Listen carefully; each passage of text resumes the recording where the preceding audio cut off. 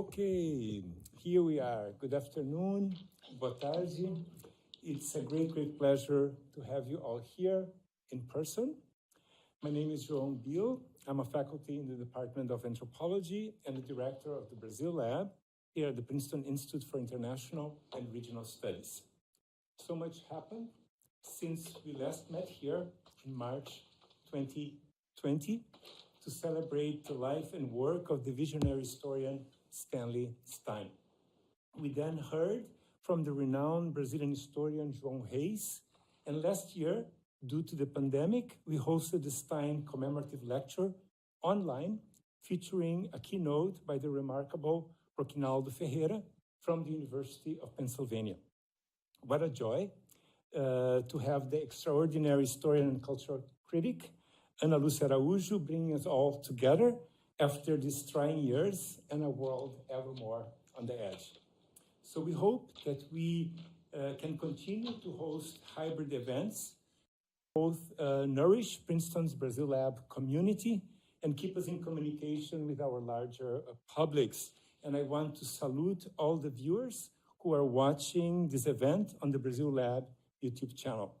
And I also want to thank Miqueias Mugi and Carol Dobb for their incredible help on all fronts. Our beloved Stanley Stein joined Princeton's history department in 1953, and he remained here until he passed away in December 2019, right before turning 100. Stan wrote extensively on Latin American economic and social history with a focus on Brazil and Mexico. He's the author of the classic Vassouras, a Brazilian coffee county, first published in 1957. A visionary field worker in the late 1940s, the young Stan recorded jongo songs from descendants of enslaved people in Brazil, thus helping to create a rare archive of the African diasporic oral history, agency, and creativity. Stan also authored Apogee of Empire, Spain and New Spain in the Age of Charles III, and Edge of Crisis, War and Trade in the Spanish Atlantic. Together with his life companion and collaborator, Barbara Stein, Stan published The Colonial Heritage of Latin America, Essays on Economic Dependence in Perspective. A champion of Latin American studies, in 1967, Stan became the first director of Princeton's newly created program in Latin American Studies, which is co-organizing this honorific event today. Ever curious and generous with time, Stan was a constant present in all Latin American and Brazil-related events on campus, always asking probing questions and deeply engaging faculty, students, and visitors. He remains an endless source of inspiration, and we are so grateful to have Peter Stein, his son, with us today. Margot and Joel are joining us online, and we also want to send you and your loved ones our warmest regards. Naming the Nameless, Slavery, Memory, and Death in Brazil and the United States is the title of this year's Stanley Stein commemorative lecture.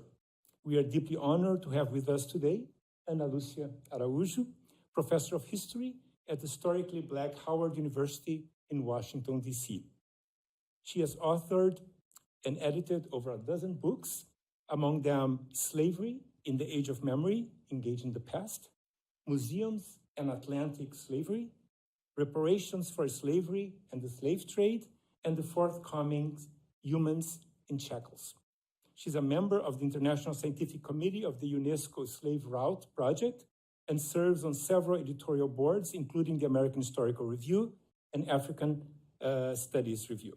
This year, Anna is a member of the School of Historical Studies at the Institute for Advanced Study, where she's working on the project called The Gift, How Objects of Prestige Shape the Atlantic Slave Trade and Colonialism. Welcome so much.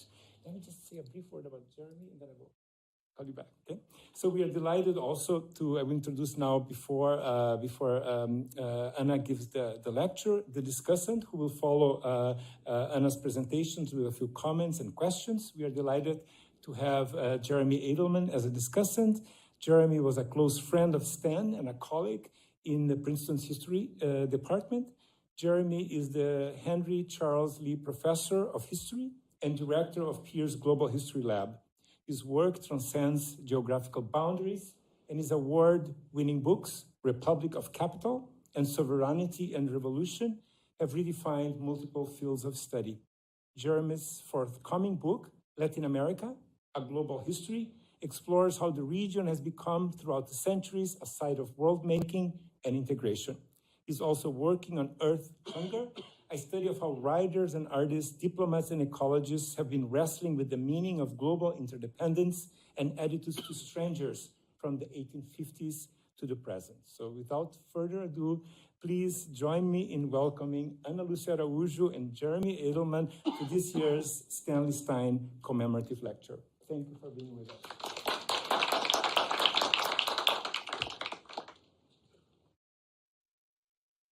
Thank you so much. Good afternoon, boa tarde. Não sei se está muito alto, vou colocar aqui. Okay. It's a great honor then to give the 2022 Stanley Stein Lecture, and I thank João Biel and Princeton Lab for the invitation. I also thank Micaela Muge for organizing this lecture, and also Jeremy Edelman for accepting to serve as a commentator. In the past 3 decades, an increasing number of organized groups and also social actors who identifying themselves as descendants of enslaved people have engaged in activities memorializing slavery and memorializing the victims of slavery and the Atlantic slave trade. These ventures have taken different forms, but in this lecture, I focus on the initiatives that fit the category cultural memory of slavery, even though this modality is also associated with how public memory of slavery operates in making these ventures exist. Then, as a modality of memory, cultural memory, as conceived by Jan Assmann, incorporates a certain materiality. It operates then through a variety of tools, such as rites, commemoration ceremonies, texts, material traces, like monuments and objects, and also other mnemonic devices that activate meanings, connecting them to what happened, and also that at the same time go beyond their sort of practical purpose. Then, in other words, cultural memory is materialized and also ritualized, which is why it is also referred to as a synonym of material heritage, because of its link then to physical remains that have significance for a particular group or society. Then the work of enslaved people have been rarely recognized in heritage sites of former plantations or urban settings where slavery existed in the Americas, including, of course, the case of Brazil, country that, as you know, imported the largest number of enslaved Africans during the era of the Atlantic slave trade.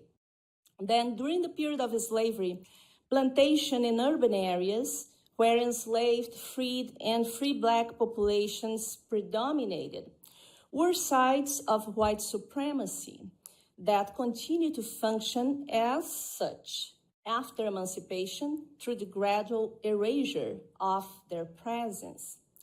And here I use the term white supremacy, drawing then from the works of 3 scholars, Charles Mills, the late Charles Mills, Jemima Pierre, and also Achille Mbembe, who see white supremacy as an ideology that emerged with the rise of modernity, that coincides indeed with the rise of the Atlantic slave trade in the late 15th century.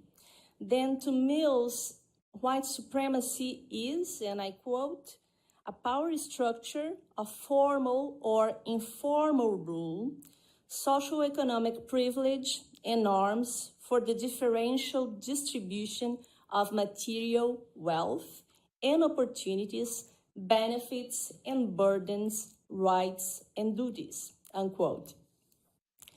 But during the 20th century, two moments were crucial to break this invisibility of Black populations and also those who were enslaved.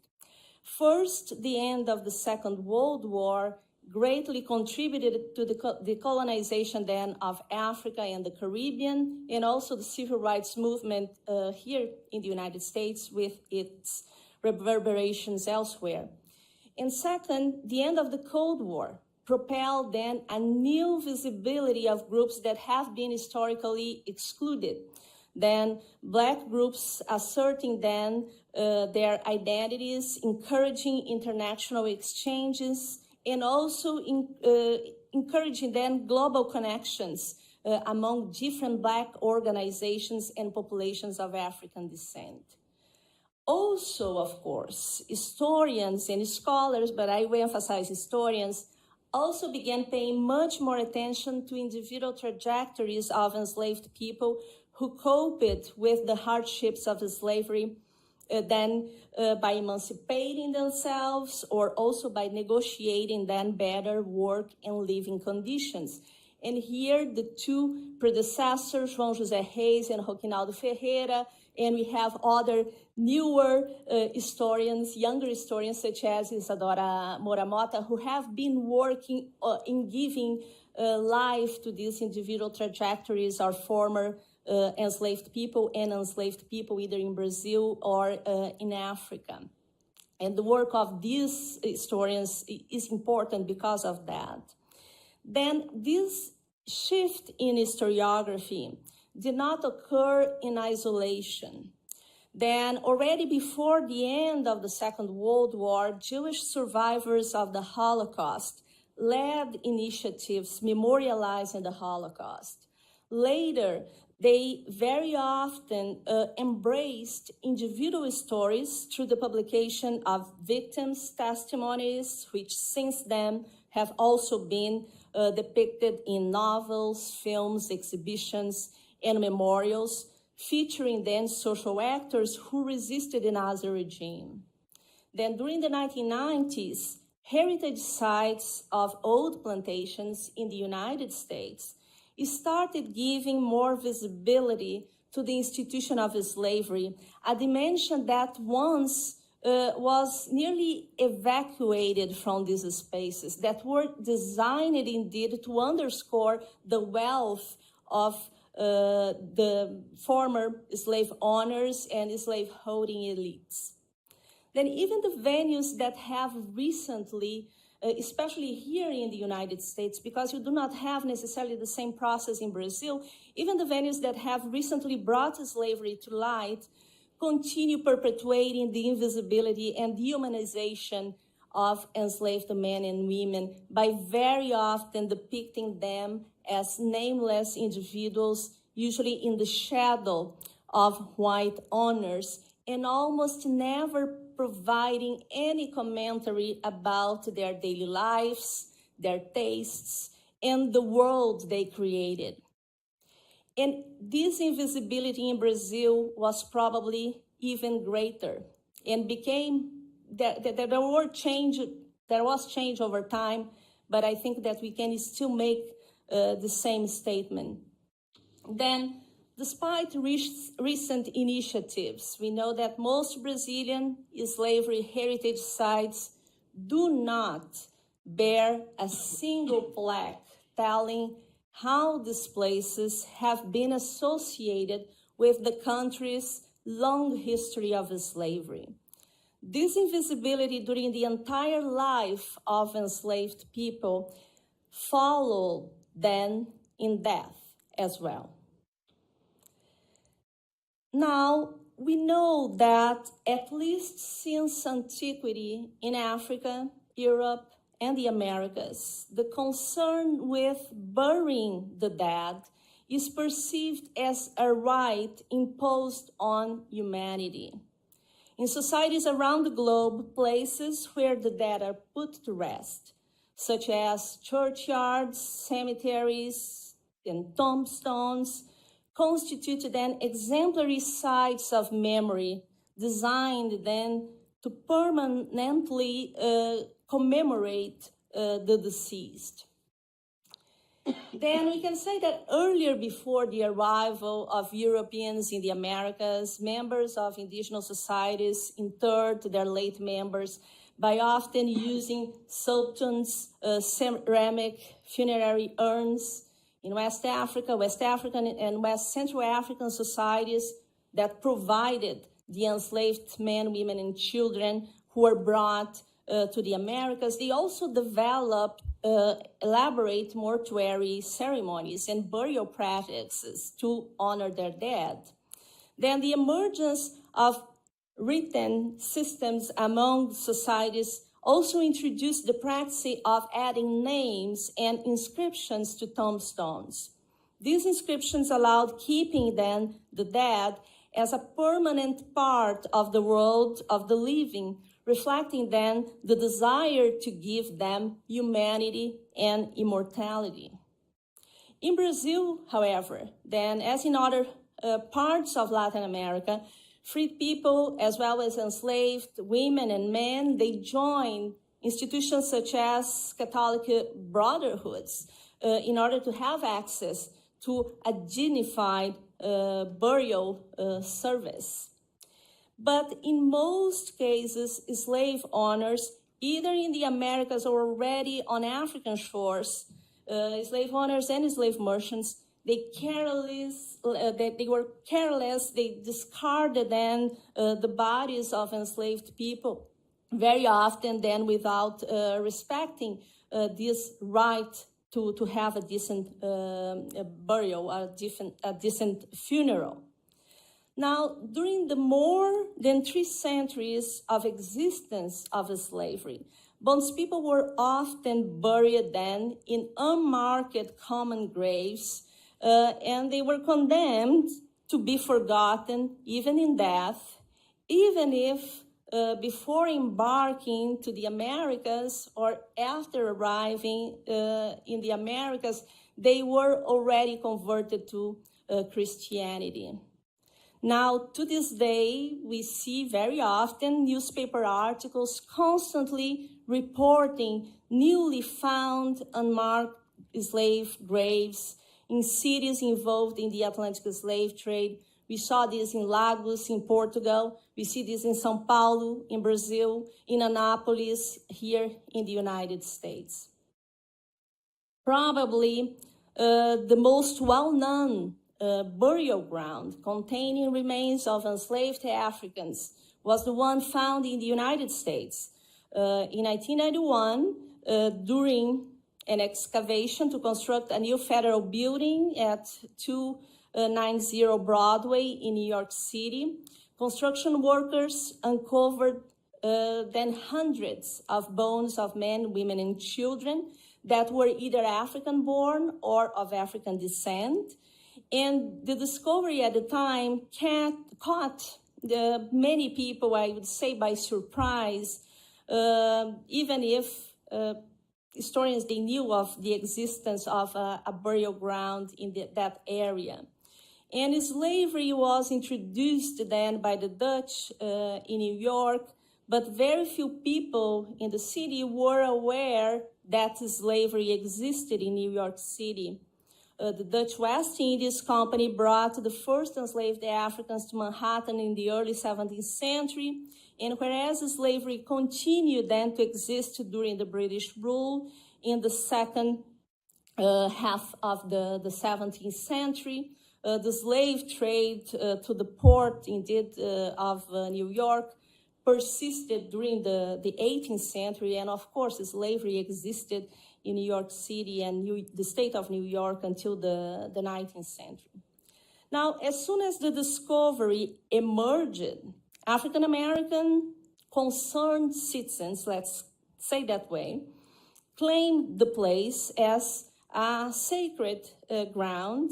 The names of the individuals, of course, buried in the site were unknown, but the discovery of the remains of 15,000 enslaved and free individuals helped at that time to foster research that would shed light on the lives of free and enslaved people of African descent in New York.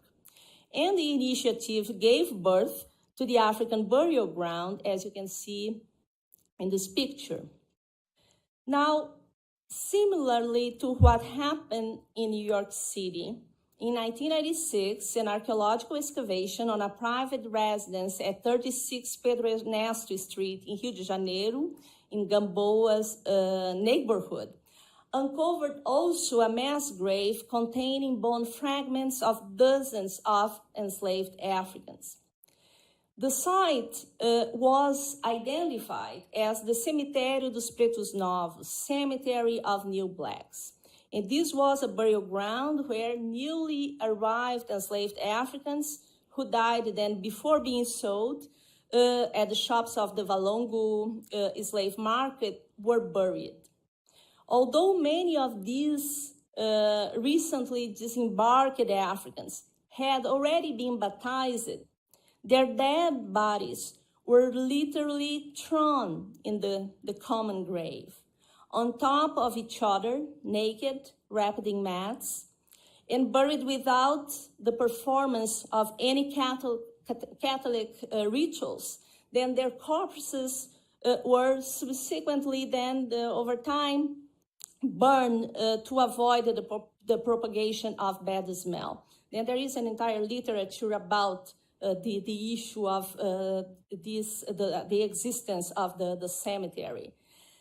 And between 1824 and 1830, after continuous then complaints from the residences, and because also of the official ban of the slave trade from Africa to Brazil, the cemetery was eventually closed.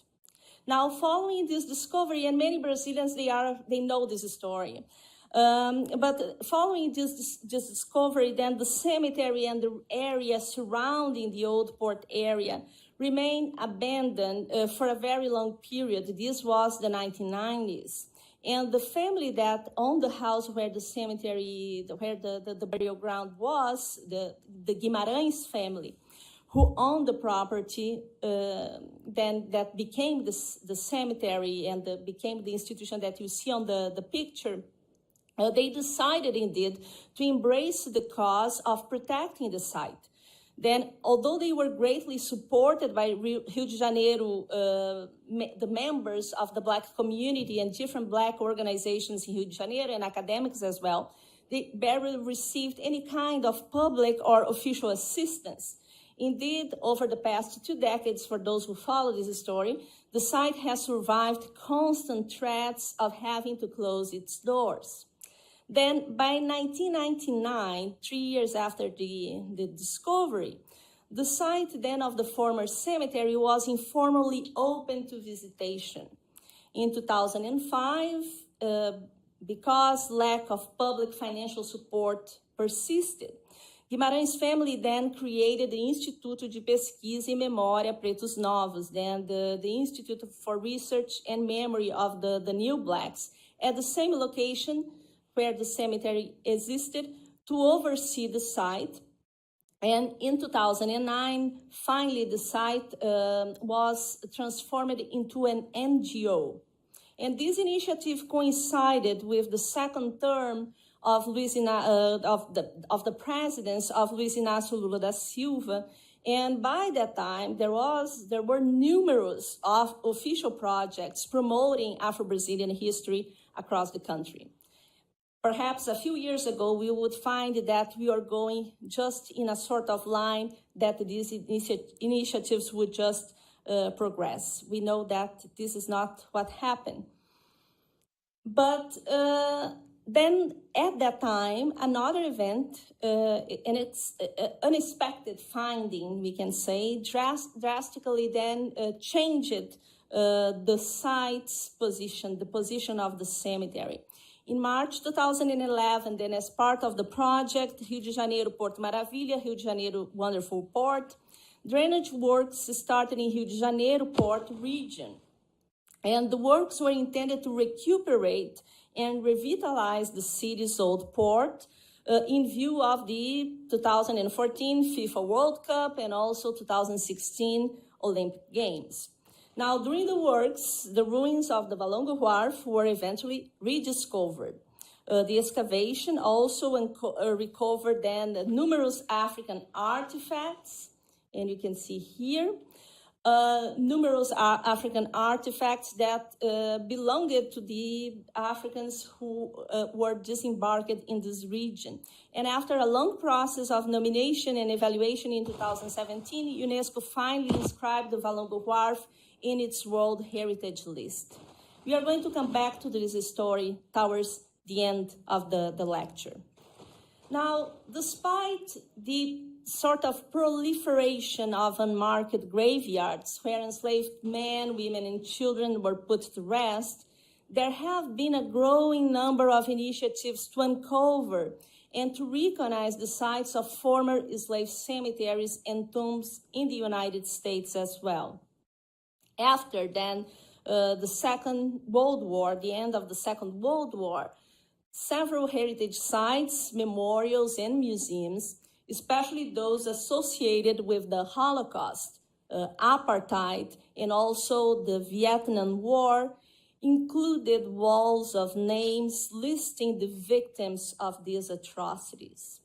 Then this, I am referring here to this kind of site, the Yad Vashem in Jerusalem, the Vietnam Veterans Memorial in Washington, D.C., more recently, Memorial de la Shoah in Paris, and apartheid memorials in South Africa. Also, more recently, then memorials commemorating the victims of September 11. All these initiatives include walls with the names of the victims. Then, as naming became a major trend in memorials unveiled during the second half of the 20th century, memorials, museums, and heritage sites associated with slavery and the Atlantic slave trade also embraced walls of names as channels by which to pay homage to enslaved Africans and their descendants. Now, paradoxically, in the context of the Atlantic slave trade, the act of naming was also a dehumanizing practice. Slave merchants and slave owners stripped the original names of African-born enslaved individuals by imposing on them new Christian names. Likewise, the practice of recording names of enslaved people reinforced dehumanization.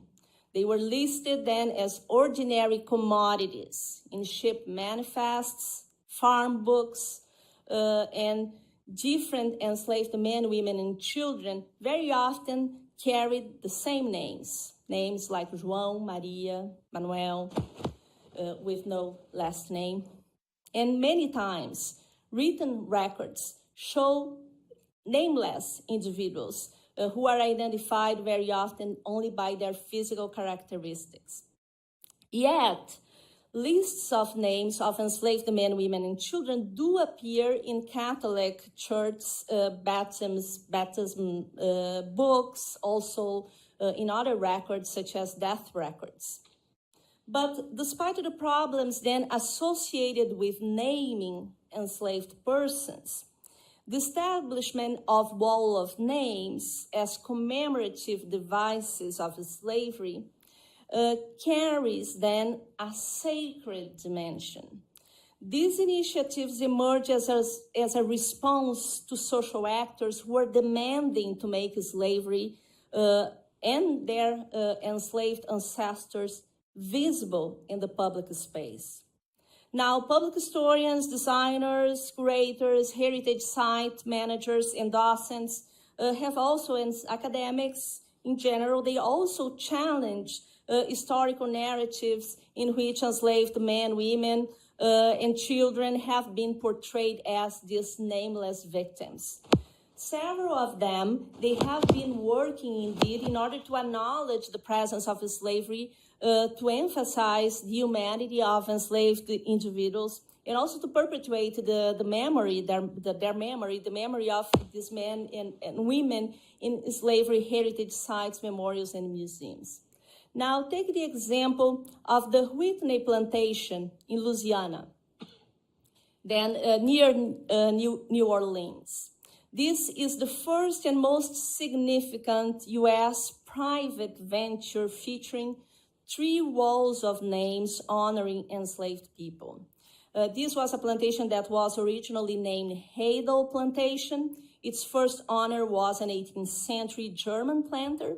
And after the end of the Civil War, the state was sold to an American family who renamed it Whitney. In 1999, John Cummins, a retired trial lawyer and real estate magnate of Irish descent, purchased the property to diversify his investments and transformed the state into a plantation museum. And the director of this site is a historian, Ibrahim Assek, dear historian Ibrahim Assek, who is originally from Senegal. Now, the Whitney Plantation opened to the public in 2014, welcoming then an average of more than 10,000 tourists every month. And contrasting with other southern plantations, Whitney seeks to represent bondage from the point of view of enslaved people, and especially enslaved children, who in the context of the plantation become then the special bearers of cultural memory of slavery. And this goal is achieved by using the narratives of former enslaved people from the project, the Federal Writers Project. And because these interviewees at the time, they experienced slavery, they were still children. That the point of view is the point of view of enslaved children. Visitors to Whitney are assigned a card displaying the name of a former enslaved person. This is an approach that is also used in the United States Holocaust Memorial Museum in Washington, D.C., where visitors receive an ID card, a strategy that allows each person, each visitor to identify himself or herself with one Holocaust victim. Then by assigning these visitors with a name, Whitney Plantation also engaged in a process of multidirectional memory. And here I take the term from scholar Michael Rothberg, in which multi-direction around memory refers indeed here to this then back and forth between the memorialization of the Holocaust and slavery, but it could be other events. How this, the memory of these two events, they borrow and they circulate and they influence each other. Now, Whitney, as you can see here on this slide, includes 3 walls of names. The first of these memorials is the Wall of Honor, paying tribute then to 350 enslaved men, women, and children who worked in the plantation. Then one side of the wall contains then the names of African-born enslaved persons. And there is a vacant space then left for additional names that remain unknown. The opposite side of the wall displays the names of enslaved individuals who were born in the United States, along with the professions they had, their date of birth, and region of provenance, especially for African-born individuals. Then the second memorial presenting names of slaves is the Allée Gwendolyn Meadow Hall, that is named after the historian who created the Afro-Louisiana History and Genealogy database. And the memorial, indeed, this one is composed then of these panels of granite that together display the names of more than 100,000 enslaved people in Louisiana. And these were names that were obtained from the archives and that later, then from the archives, they were included in the database. Then the memorial is also a form of a physical database that is not virtual, but has a materiality. But unlike these repositories, such as databases that very often represent nameless and faceless enslaved individuals referred to as commodities, the ALE, as you see here, seek to give them back their humanity and make them permanently visible. And then there is a third memorial featuring then a wall of names at Whitney Plantation. Then this is called the Field of Angels, paying homage then to more than 2,000 enslaved children who were born in Louisiana and who died before the age of 3. The names were registered then in birth records in the Archdiocese of New Orleans. And then you see, here you cannot see in this image very clearly, but there is a statue, a bronze statue in the middle of the memorial, depicting then a bare-breasted black female angel who is carrying a baby in her arms, evoking then these angel figures that we can see in these opulent southern tombstones. Now, Whitney Plantation then introduces walls of names to honor enslaved men, women, and children in unprecedented ways by destabilizing then the usual racialized structure of plantation heritage sites that reinforce that idea of white supremacy that I was mentioning in the beginning. Yet, from the perspective of cultural memory as commemoration, the 3 walls of names that we see at Whitney pose 2 problems. For example, only the wall of honor, the first one, pays homage to the actual men, women, and children who were enslaved in the plantation. This strategy tends to create a certain confusion between the names of those who were enslaved in the site and the thousands of individuals who were enslaved in Louisiana.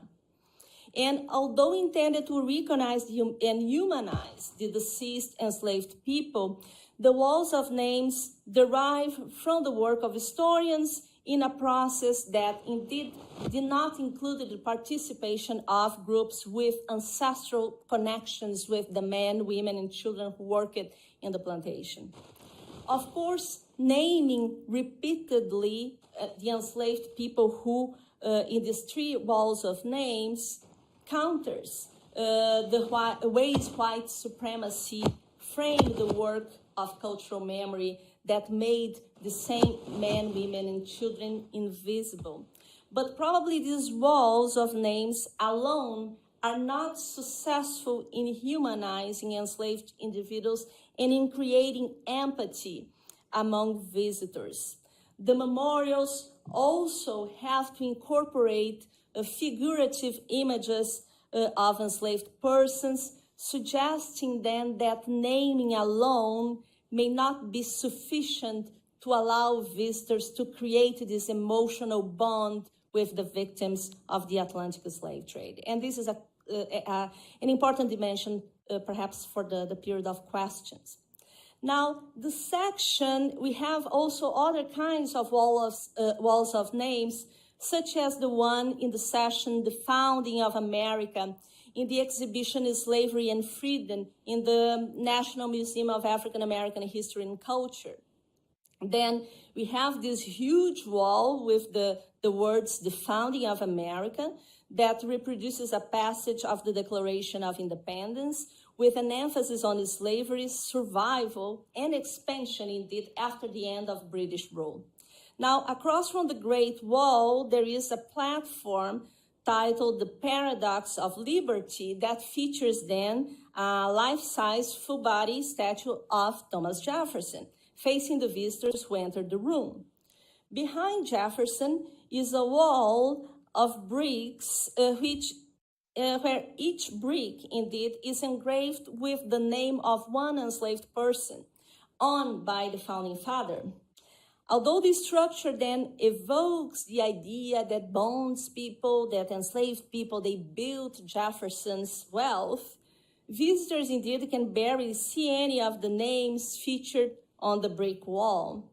Also, this unusual all of names remains in the background of Jefferson's figurative representation in a setting that resemble much the plantation displays that still privilege slave owners instead of enslaved people. Now, the bricks carrying then the names of Monticello, because his property plantation was named Monticello, and these were the enslaved people in Monticello. Then the bricks once again failed then to place enslaved men and women in a central position by clearly then reaffirming that what prevailed in the creation of a new nation was not freedom, but rather a big wall of white supremacy that relied on the exploitation of Black bodies by ensuring their invisibility. Here then the founding father remains the main protagonist, supporting then the typical persistent invisibility of enslaved people whose names are destined to stay always in the background. Now, beyond recognition, the creation then of walls of names is not dissociated from the present struggles against the legacies of slavery, especially racism. The movement Black Lives Matter largely employed the hashtag #SayHerName on social media as an instrument then to resist police violence against Black women. Now, meanwhile, we can ask ourselves how Brazil fits this broader trend of memorialization of slavery through the creation of walls of names. But indeed, in the Brazilian case, there are very few examples of such initiatives. Yet earlier in this lecture, I mentioned the Cemetery of the Blacks, and this site was transformed into a memorial in 2012. At that point, the main exhibition, curated then by Marco Antônio Teobaldo, was reorganized with the inclusion of explanatory panels, including text and images, reconstituting then the history of the site, and there were also large photographs of Africans and Afro-Brazilians. You know that in that site, there were about then more than 6,000 enslaved persons were interred, buried in the cemetery of the New Blacks. Most of them were people, African-born individuals who recently arrived in Rio de Janeiro, and we don't know their names. But nearby, there was then Santa Rita Parish that was located and nearby, comprised then death records, including the names of 247 Brazilian-born enslaved people who were owned by poor whites who between 1824 and 1830 were also buried in the cemetery. Then the curator made the wise choice in order to pay homage to all those who were nameless. And to circumvent this gap, he decided then to create a wall of names, a panel of names displaying some of the few recorded Brazilian-born enslaved people who were also buried in the cemetery of the New Blacks. Eva, Domingos Bengo, Henriqueta, Francisco Calabar, João Alves Cruz, Silvana, José de Benguela, Davi, João Antônio, Miguel, Ventura, Júlia Leandro, Joaquim, Januário, Cândido Pardo, Marcos, Manuel, Estevão, Rita Catarina, Albina, Antônio Cabinda, José Congo, Francisco Camundongo, Matias, Roque, Maria, Teresa da Conceição, Cosme, Rosa, Francisca, Francisca Benama, Antônio Sacanhema, Carlos Prado, Geralda, João Congo, Angélica, Joaquim Congo, Tomás, Luísa, Felipe, Gabriel, Cândido, Adão, Joaquim, Jorge, Francisco. These were their names. Then, by naming the victims of slavery of the Atlantic slave trade, the creation of these walls of names can be conceived as a form of symbolic reparations, here understood as redress of physical, material, or moral damage inflicted on an individual or on a group of individuals. At last, even though not always accomplished successfully, by individualizing the victims of the Atlantic slave trade and slavery, the creation of walls of names in sites that were and still are marked by white supremacy, there is an attempt to rehumanize enslaved men, women, and children. And despite a few failed initiatives, new emerging walls of names suggest that naming remains the most influential device to pay homage to individuals whose humanity has been historically denied. Of course, when I wrote this work that largely relies from my book, Slavery in the Age of Memory, that was published in 2020, and when I took the picture that you see here in 2018, none of us would ever imagine how 2022 would look like. And the pandemic spread a wave of death that hit particularly harder the United States with more than 1 million victims and Brazil with more than 650,000 victims. We know that both in the US and in Brazil, the Latino and the Black populations were those mostly affected by the pandemic. Then as historians and as historians of slavery, more than ever, we'll have to consider our relation to time.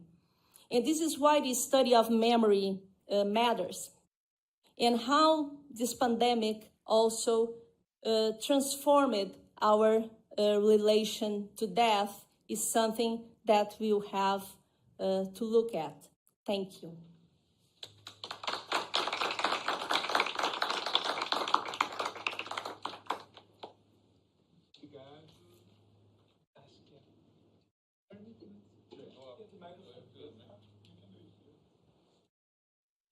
Is the camera on? Okay. Is it okay that way? Okay. Sorry, I've got a mask on, so. Well, Lucia, this was a remarkable presentation. Okay? Mm-hmm. Okay. Obviously, I'm not going to summarize, but really just push on a couple of fronts and pose a few questions. It's worth saying in the background here at Princeton, there's been, as in many other places, an ongoing discussion around the legacy and memory of slavery. I have a colleague, Marnie Sandweiss, who led a big project which recovered the significance of slavery, and this is an important part of what Ana Lucia is doing, is in the very landscape of the university itself, and the acknowledgements of sites and the naming of names. In the end, I'll come back to that at the end, of the enslaved who lived and worked here at the university. And so we live in what Elizabeth Schelin, an Argentine sociologist, calls a moment of memory, and the question of memorialization, as Ana Lucia rightly says, it comes after 3 decades of discussion. I will have a question in a minute about what history that is, about what this moment of memory has been driven by. But Anna-Lucia notes, this to historians, we can bonding here that it is a moment that is a historic moment, that is the result of historical processes, one connected to changes in the geography of sovereignty worldwide after 1945, and of course the struggle within nation states, particularly after the end of the Cold War, for the recognition and visibility of previously silenced or unrecognized social groups. So I have two sets of questions. So one is around historiography, and since you said, and I think, and I agree with you, but I would like to unravel this argument, that in a sense there's a relationship between the post-Cold War, or one might say story of globalization, and the story of memory. What exactly opened up here that created, let's say, an economy of recognition with the proliferation of sites, scholarship, activities, cultures, the memorialization, as some might say, the memorialization business. We know that there were internal and external shocks to the question of the Holocaust, right? What were they for the debate around slavery? So it's how this field comes into being. I would like to know more about a derivative question is sort of 1B is. I was a little surprised that I'd like to hear your thoughts about this, but the relationship that the debate in Brazil, the debate over recognition in Brazil had with the question of democracy and human rights. So I'm an Argentine historian. The debate that came out of the transition from authoritarian rule in the 1970s to electoral systems of representation in the fall of 1983 was, and the question of naming, recovering bodies. In the case of Argentina, it had to do with the disappearances of 30,000 people. I wonder how that plays into the story about cemeteries and graves and lack of recognition there, or whether that's just simply a separate debate, and maybe it's a more north-south dialogue between what North Americans have been doing around recognition and Brazilians, and that has not been connected to, let's say, mass grave sites that we have in El Salvador and Argentina and elsewhere. It's just a question to think about. I would say this has an echo, though, as we think obviously about the nature of democratic life now in Brazil and the fight over recognition now under Bolsonaro. This is the reason why I'm asking you. So that's one group of questions, the 1A and the 1B. What were the shocks that brought it out, and then what relationship to democracy? Your treatment of the mobility of objects and bodies and their afterlives, I mean, it's just magical. And the book really is well worth reading. It is such an important intervention in our historiography. And of course, there has been a lot of work on funerary politics and the grave as a site for, from the moment that bodies are interred, right, about recognition, their relationship between the deceased and their ancestors, and the question of grave sites as the places where, let's say, the dead are brought back to life. And in a way, what Ana Lucia talks about is the ways in which they are then brought back to life a second time around through these kinds of processes. My question is there a discussion, do you have a discussion in your head over the limits of bringing the dead back to life now, as opposed to the relationships that they have with ancestors at the moment that they are buried? And I'm thinking in particular around, and I think you alluded to it, so I'd just like to hear you think about this some more, the question of stratification. Who gets named and who does not? Who gets recovered and who does not get recovered? In the process of recovering, one is always selecting, and selections are always exclusions. Can you talk to us about the ethics of that process? Again, I can draw some analogy in the Museum of Memory in Argentina, which is the old ESMA site at the center, in the center of Buenos Aires, a very large discussion about whose voices should be inscribed in the plaques that identify the places where the tortured and the disappeared were shepherded through the chambers in the basement of the ESMA location. Is it the voice of survivors, of descendants? This is a very, very heated discussion over whose voice does the recognizing activity. So I'd like to hear you think about that.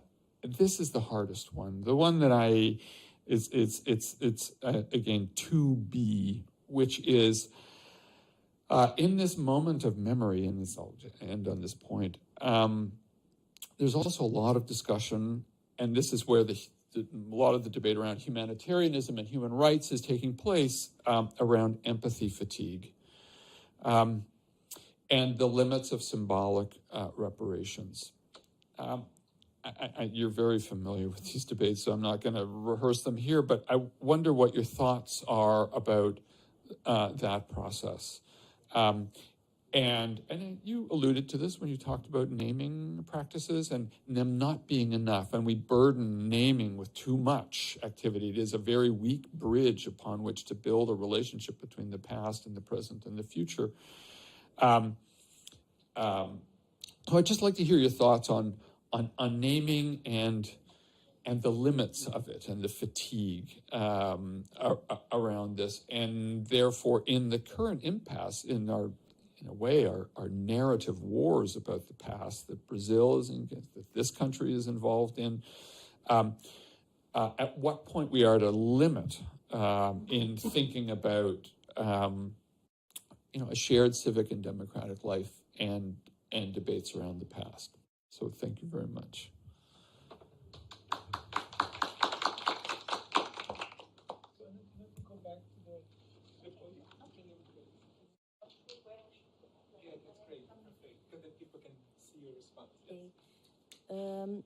Thank you, Jeremy. I don't know if this is working, okay.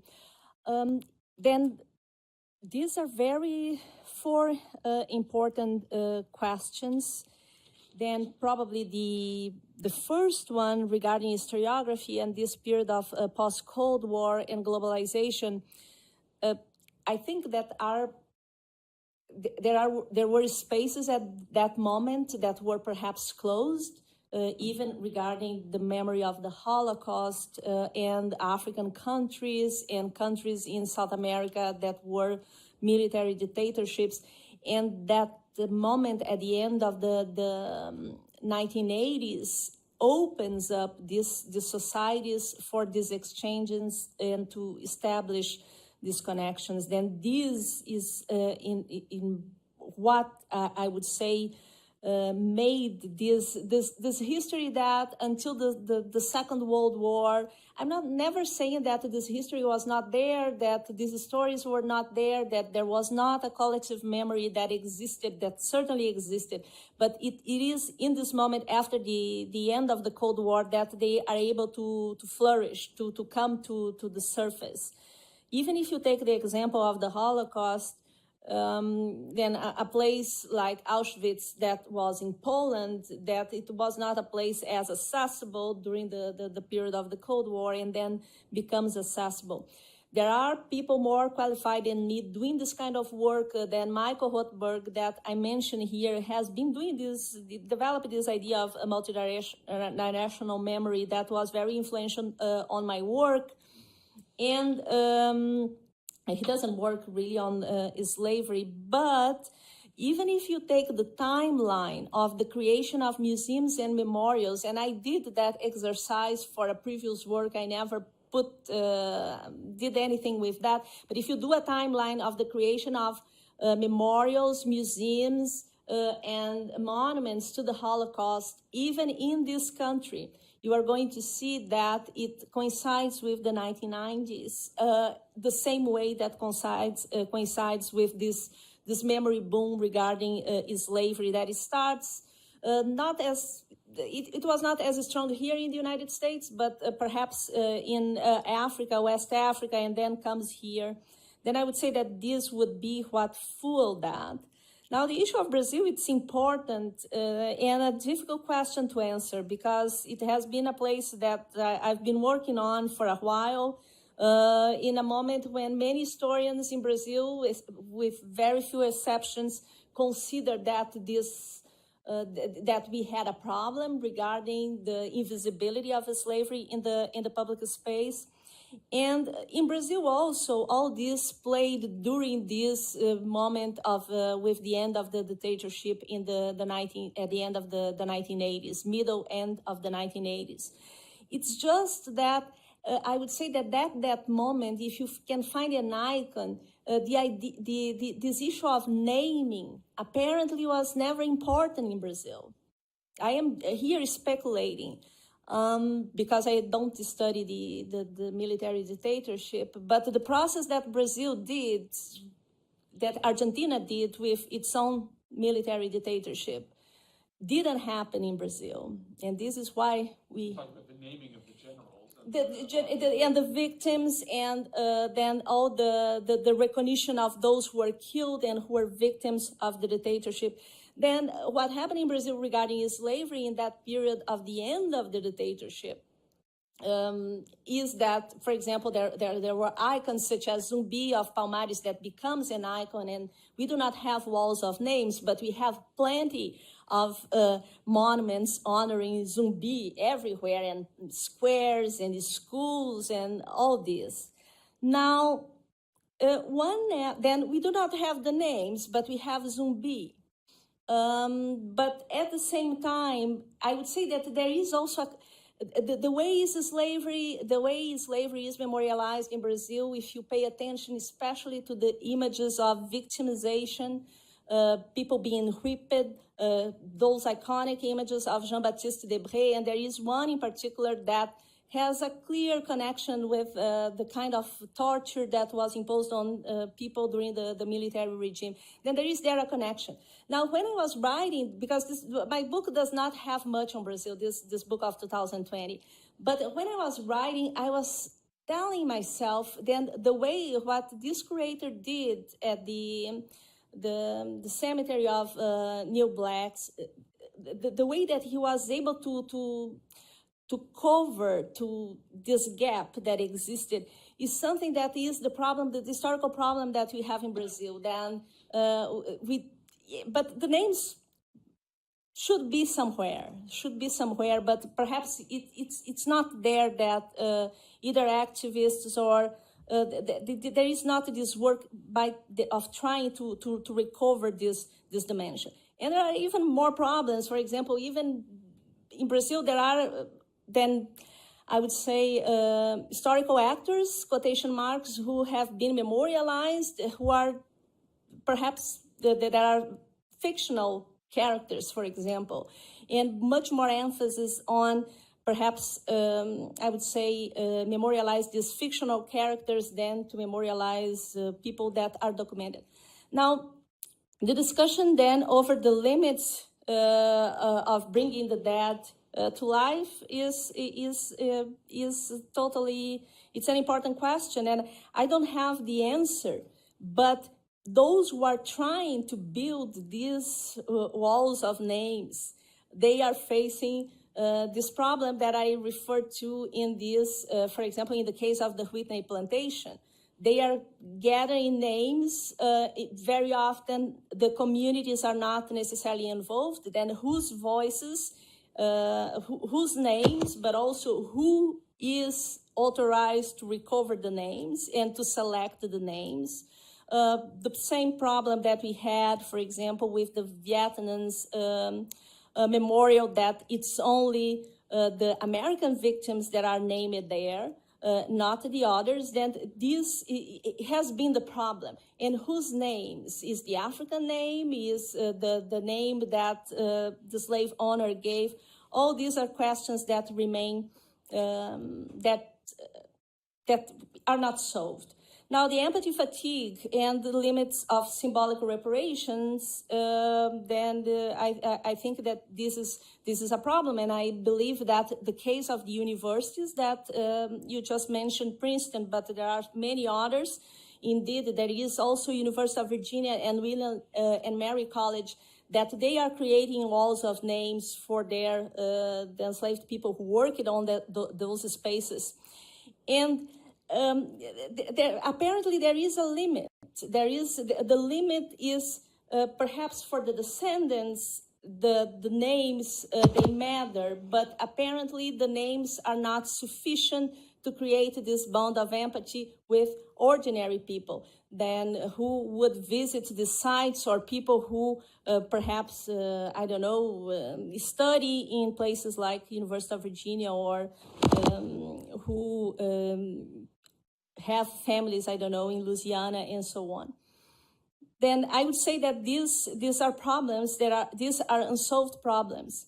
And we see really this sort of proliferation that perhaps is also a symptom that there is something else that is not being discussed.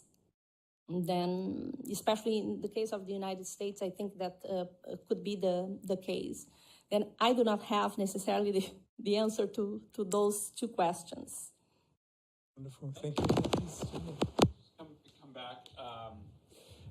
Yes, I think these are open questions, I mean, for us to talk about. But there is a Greg Grandin wrote a very interesting piece sometime quite a few years ago, more than probably I care to remember. Speaking of memory. About transitional justice and truth commissions in Latin America. Mm-hmm. And one of the arguments he makes in that piece is that truth commissions were for Latin America, for the moral politics, what neoliberalism was for material politics. It was a rough piece to read, but I think some people would push back and say, well, the memory boom fit with a post-ideological, post-Cold War. Since we have nothing to debate about for the future, let's debate the past. And there is a critique in the air around the memory boom, as you note. Can you talk about that? And now that everybody is thinking, well, maybe we're in the post-Cold War world, that your work on memory could have a different significance now that ideology is back? Mm-hmm. Just out there. Yes. I think Stanley Stein would ask that question. Where is the ideology? You channeled it. Yes. Well, I don't know if I can answer, but I see what you were saying. And one of the reasons, indeed, that sometimes I am writing, and then I've been doing this work for about 20 years, and in a period when historians working on memory, it was not a beautiful thing. And it was not perceived as history, and if you are doing this, you are a sociologist, anthropologist. It's too close to the present. Now, it is at that point that I wrote a book on the history of demands of reparations for slavery, not symbolic, the financial demands, exactly because of that. Then there, from the social actors that I could hear from, people would complain about the limit of the creation of, okay, we create monuments, we create memorials, but where is my money? When my situation is going to be improved? Then I wrote that book on the showing that there were demands of financial and material reparations that existed indeed since the 18th century. Now, when I wrote that book, then again, all this discussion on allegedly material and financial reparations came back to the debate. But up to this day, I think that that we didn't see any financial reparations, and some people, they still believe that is going to happen. And along with that, we have then the memory thing that became more and more important in the United States. When I published the first book, it was 2010. This was not an issue. But with the Confederate monuments, it's when historians decided that now we need to know what memory is about and what monuments are about, and we have to start talking about that. And I believe that we are now in a period that I do not know what is going to happen with that. What we do know is that in a country like here in the United States, on the one hand, we have all these initiatives to memorialize slavery. We have now a National Museum of African American History and Culture, and on the other hand, voting rights and police violence and the killing and all the victims of the pandemic is still with these racial disparities that are so huge. In the case of Brazil, is even more clear, because when I was doing the book on reparations, I was even uncomfortable in saying that all the issue of the Quilombo communities, that was not going anywhere, because people were still defending what the governments, then Dilma and Lula have done, the legacy of those governments. And then, of course, with Dilma, it started declining, and then now it is what it is. Then we were not going towards a line of improvement. Then that era literally then doesn't exist anymore, neither for the financial and material reparations in terms of land redistribution, but also regarding all the attacks on on Afro-Brazilian history and all the initiatives that were put behind it. And I think that this is a crucial moment. I don't know what is going to happen with that, but I tend to agree that there are many limits. Okay, thank you so much for a wonderful and provocative and exchange. So we will open up and collect a first round of questions, and I will pass the mic. Or can you pass me, guys? Okay, great. So we will collect 3 or 4 questions, and then Lucia will respond, and we'll get another round. Okay. All right, I'll start. Oh my goodness. Okay. Ana Lucia, thank you so much for coming here and talking about such important issues for us today.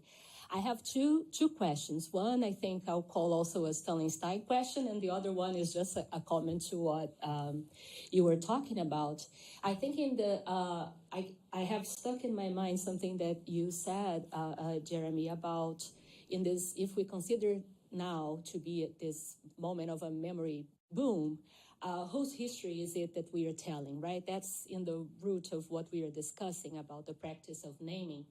And in the discussions that you had, and this is all throughout Ana Lucia's work, there is one thing I think it's important to mention, one agent that we haven't talked about in this story, which is the Black movement in Brazil itself, right? Because in the 1980s and in the 1990s, that's when this movement kind of blossoms.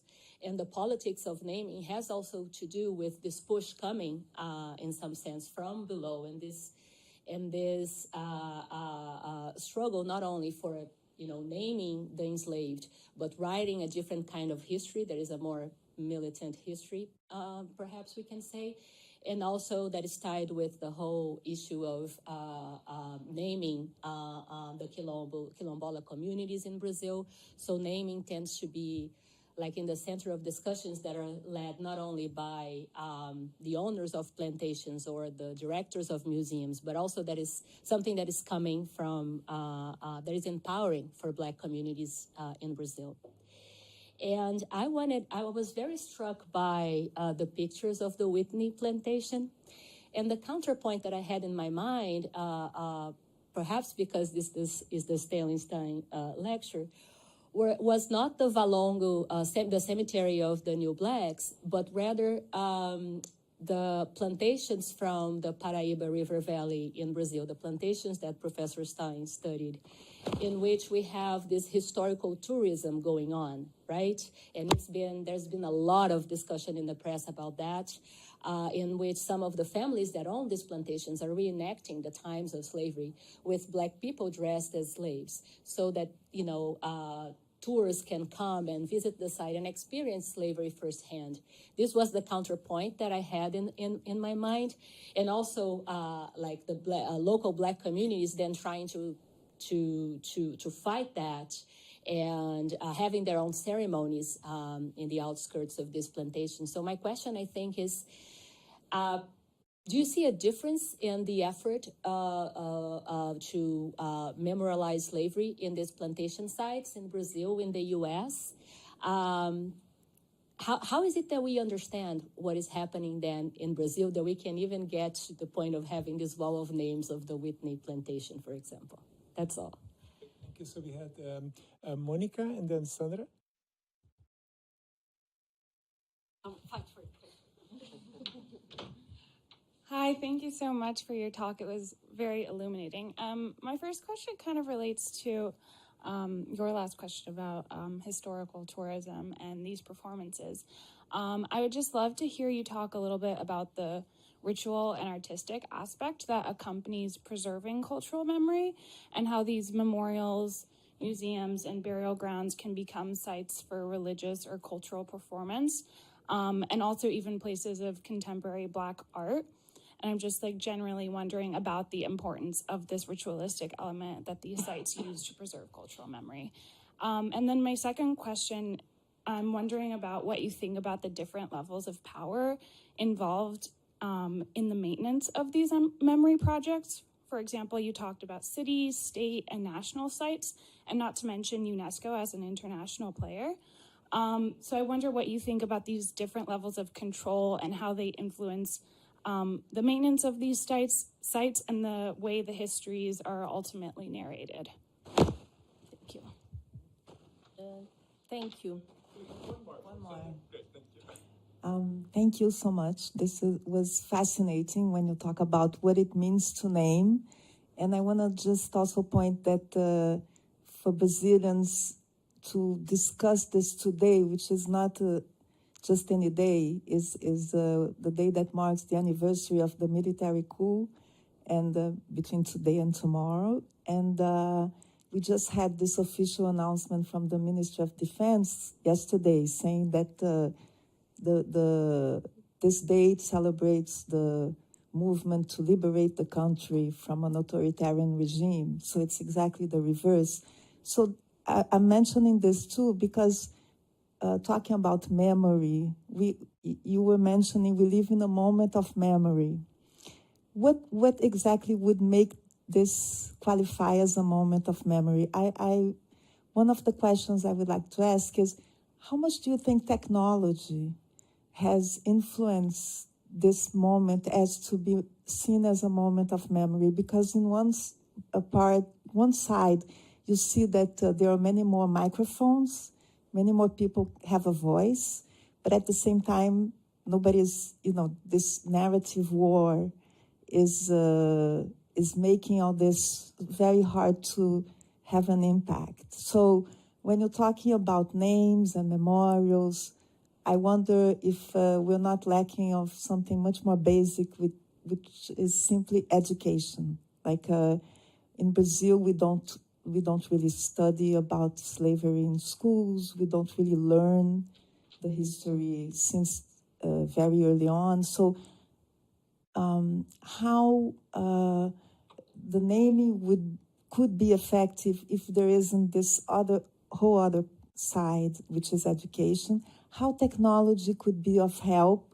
For example, forensic anthropology is a very recent practice in Brazil. And it also started existing recently due to more access to technology. And they are working precisely, there are a few NGOs working precisely in trying to give names to people who are being killed every day and buried anonymously, considering that this still happens in Brazil, it's still taking place. So I hope I was not too confusing because I said a lot of different things, but I would love to hear you more about those things. Thank you. Wonderful question. So you squeeze some thoughts out there, and then we will have a final round of questions to wrap it up, this fascinating discussion. Yes, of course, there is a lot here. Then I try to be brief. Isadora, then the question regarding the plantation tourism, Brazil in terms of tourism is not, of course, as developed as the United States. And there is here, I would say that I would have to do a study that is comparative. This is something that I didn't do. Then I studied some plantations in the United States, but what we do know is that many of the plantations in Brazil have been abandoned. There are then they were not preserved, and they changed hands a lot as well. And there are attempts to create this sort of tourism similar to what we have in the United States, but it's not as effective. Then I know about the case, of course, of the plantations in the Paraíba Valley and all the controversies regarding this one case in particular of the descendant who was dressing herself as a mistress of the time. Then these are, it is not a tourism that is to mobilize a lot of people. Whereas here in the United States with marriages and a tourism that perhaps is more robust, even in the case of Whitney, is one of the plantations that has the largest number of visitors today, even if it's different, because of course, when people visit these places, they are looking for this sort of nostalgia of this slave past. And then you have cases like in Rio Grande do Sul. In Rio Grande do Sul, it was not about plantation, but we have these charqueadas in the south. And there were these attempts, and I studied a little bit those cases. There was this attempt to develop this kind of tourism, and especially through these either novellas or television series that focuses, that showed some of these sites. But again, with no kind of work, they didn't hire any public historian, they made no efforts to tell, to present a history that is more or less accurate. And they are just trying to transform these places into some kind of commercial venture. Then here I would say that, of course, you are, even if these plantations, they are not all then at the same level, then we have these presidential plantations, we have plantations that remain in the hands of the former, the ancestor, the former slave owners. There are other places also that changed hands a lot, but it's nothing comparable. And I would say then, just reinforcing what you were saying, that this work is being done in Brazil by the Quilombo communities. And in some cases, of course, with the support of historians. And here we should not forget, for example, the work that Abby Matos, Marta Abreu, Kayla Greenberg have been doing on this issue. Now, regarding the ritual and artistic performance, that I think is Monica who asked it. It goes with what Isadora asked as well. Then these sites, I would say that not in the plantation sites in the case of Brazil, but some of the sites such as the Valongo Wharf or even the Quilombo communities, these are places where memories, the naming is passing through other devices that are songs, are the traditions, and the very work that Stanley Stein, the kind of work that Stanley Stein did when he studied the Jongos, and not through this sort of physical place as we can see in other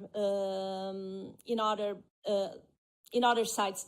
Now, the question that remains, however, and this is a sort of issue that happened when I published another book, and I remember one historian that I always mention, that he was somewhat questioning the fact that I was saying that in Brazil, slavery was not memorialized in the public space, because for him, it was because we had all these traditions and these performances and the sort of collective memory that remained alive.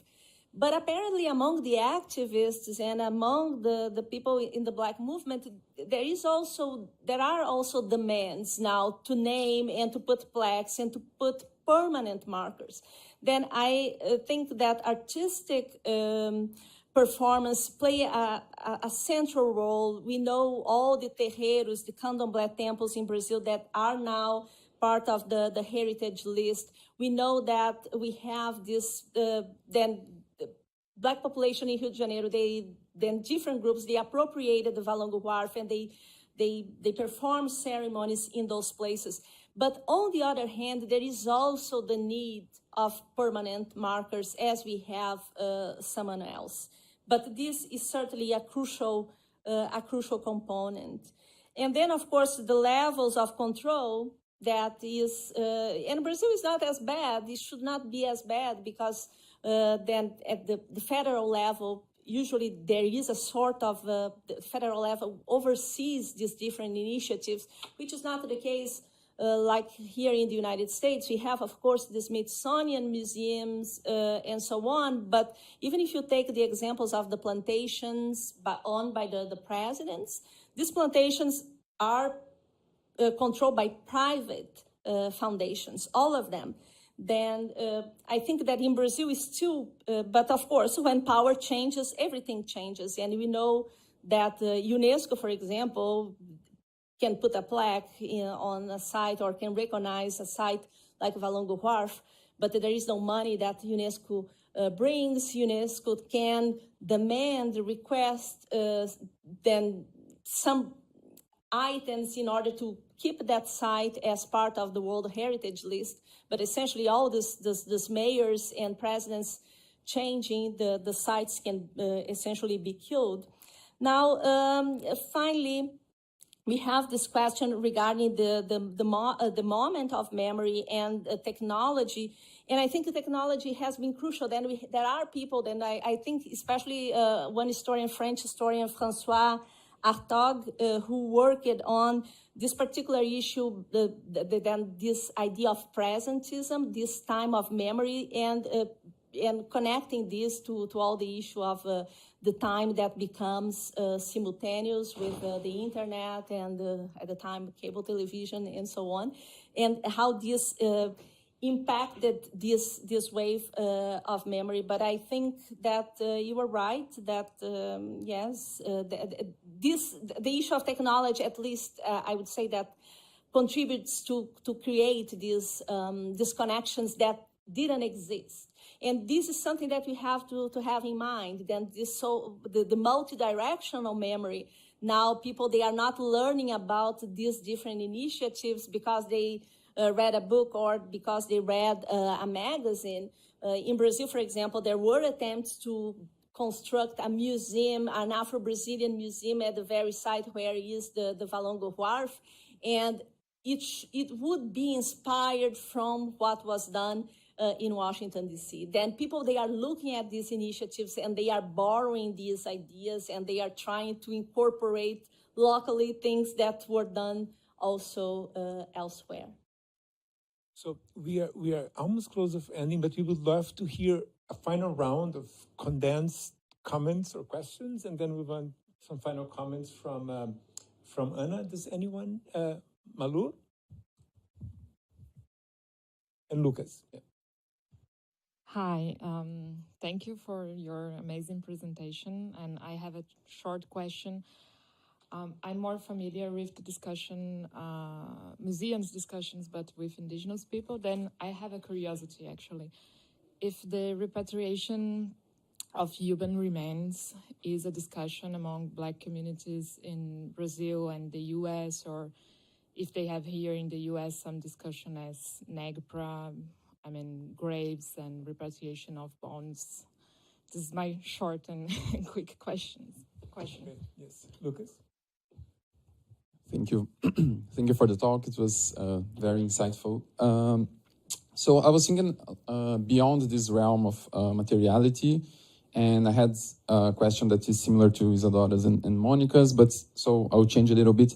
Going beyond the visual aspects of the objects, rituals, etc., that you presented today, I was reminded of storytelling. And if today we are in a moment of memory, we can also say that in the humanities, in general, some social sciences, it's also a moment of storytelling.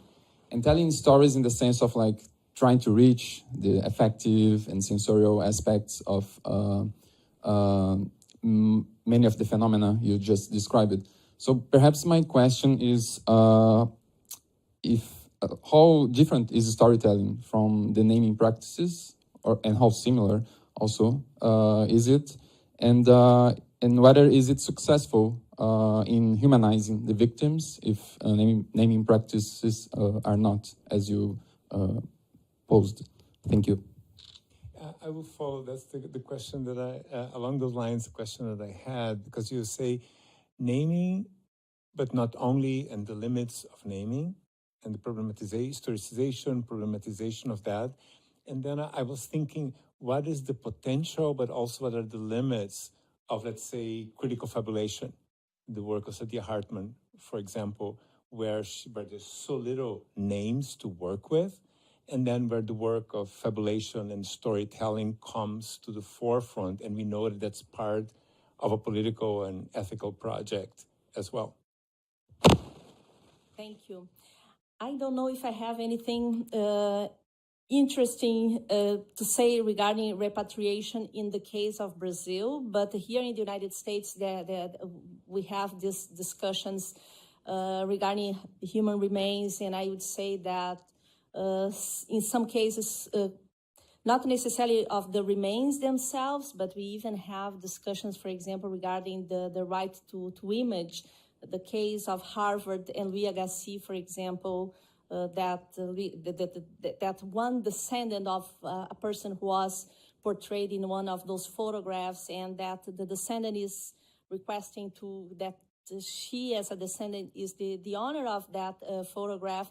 And in that particular case, of course, Agassiz was also in Brazil. Then perhaps here you have a case regarding the indigenous populations. Of course, we have in the United States a lot of discussions regarding that, especially then these demands that institutions give back to the communities, the remains that they have. But it's not something that I work on, then I don't feel comfortable to go beyond that, beyond acknowledging that exists.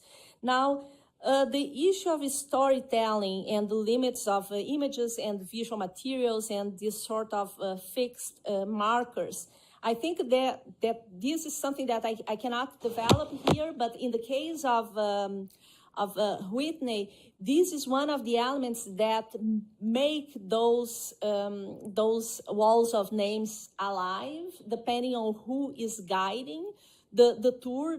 The guides, they play a very important role very often then in telling these stories.